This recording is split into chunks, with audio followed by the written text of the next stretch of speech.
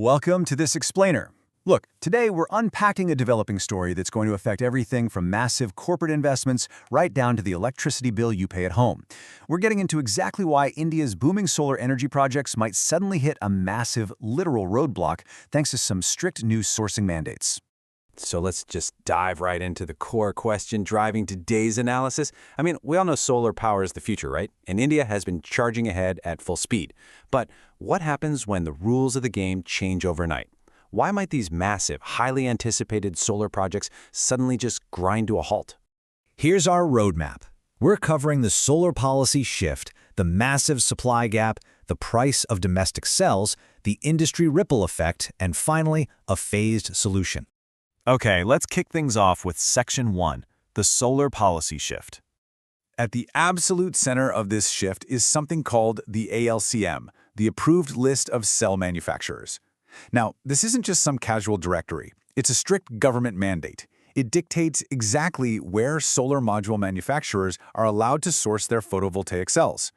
Long story short, if a cell manufacturer isn't on this domestic approved list, module makers literally cannot use their products for government-backed or standard commercial projects.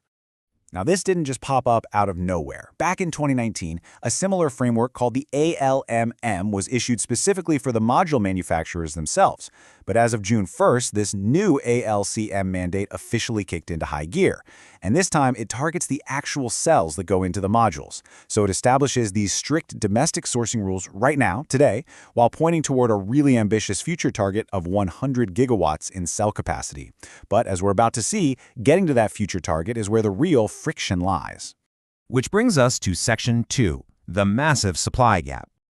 You've got to see the reality check happening here with these numbers. So India's module manufacturing capacity is a very impressive 190 gigawatts. The infrastructure to build the panels is absolutely there.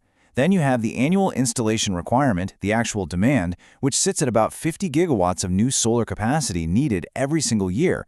But then we look at domestic cell manufacturing capacity. It's only around 25 gigawatts. We need 50, but we can only make 25 domestically. The disconnect is just glaring. You have a mandate demanding domestic cells, but literally only half the required supply actually exists within the country. And hey, this is not just theoretical math on a spreadsheet. Industry leaders are legitimately sounding the alarm. Take this quote from C. Narasimhan, the president of the Indian Solar Association. He states point blank that enacting this mandate before building enough domestic capacity guarantees a significant supply deficit. The rules in place, yes, but the physical factories to supply the materials just aren't there yet. Moving on to Section 3, the price of domestic cells. So before June 1st, manufacturers actually had a bit of a workaround. They managed to import cells from international markets to bridge that massive gap we just talked about. And they were doing this even with a hefty 20% basic customs duty slapped onto those imports. It was basically a tax they were willing to swallow because the baseline international price was still economically viable. But here is where it gets really real. Imported solar cells are reportedly available at roughly 5 rupees per watt. Domestically manufactured cells, they're sitting at approximately 13 rupees per watt. That is more than double the price. When you force an entire industry to switch from a 5 rupee component to a 13 rupee component literally overnight, you are introducing a massive, systemic price shock to every single project currently on the books. Let's see how this all connects in Section 4, the industry ripple effect. Basically, this whole situation falls under what we call DCR, Domestic Content Requirement.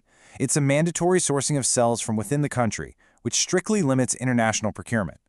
And look, while the goal of boosting domestic manufacturing makes total sense, enforcing DCR right now is forcing the entire solar industry into a painfully tight bottleneck. So who actually feels this bottleneck the most? In the total solar market, residential rooftops make up about 30%. Now, those consumers are somewhat shielded because they get subsidies under the PM Surya Ghar scheme, which kind of helps them absorb the higher costs. But that massive 70% chunk, that represents commercial installations and huge solar park development projects. They do not have that same subsidy shield. They're fully exposed to these constraints and the soaring costs of domestic cells. Because at the end of the day, a massive jump from 5 to 13 rupees a watt doesn't just magically vanish, right? It has to be absorbed somewhere along the chain. The burden starts with project developers and investors, and it trickles all the way down to distribution companies and commercial consumers. But pay close attention to that third element: Electricity consumers. That's us. That's the everyday public. If the cost of generating solar power goes up, the cost of keeping the lights on goes up for everyone. And honestly, the stakes go way beyond just inflated electricity bills. It's about physical availability. If manufacturers can't get the cells they need to build modules, their massive 190 gigawatt facilities are just sitting idle. This severe underutilization and module shortage genuinely threatens to force engineering, procurement, and construction companies to literally shut their doors. People could lose their businesses and their jobs simply because the supply chain is mandated to use materials that do not exist in high enough quantities. Which leads us to our final part, Section 5. A phased solution? Well, the Indian Solar Association isn't just throwing their hands up. They've actually gone to the courts with a structured path forward. Step 1, delay the immediate strict enforcement of the ALCM. Step 2, use that borrowed time to aggressively scale domestic cell production capacity from the current 25 gigawatts up to that crucial 100 gigawatt target. And Step 3, once the domestic supply actually exists, implement the mandate safely. It's essentially a plea for a phased rollout that matches policy with physical reality. And that leaves us with a pretty massive question to chew on as we wrap up this explainer. India is attempting to boldly balance its ambitious domestic manufacturing goals against its immediate, desperate need for affordable renewable energy. So what happens next? Will the policy ultimately adjust to match the production reality on the ground? Or will the entire solar industry and the consumers who rely on it be forced to pay the heavy price of a premature mandate? It is a high-stakes balancing act for sure, and the outcome is going to shape the energy landscape for years to come. Thanks for joining me for this explainer today. Keep questioning and keep learning.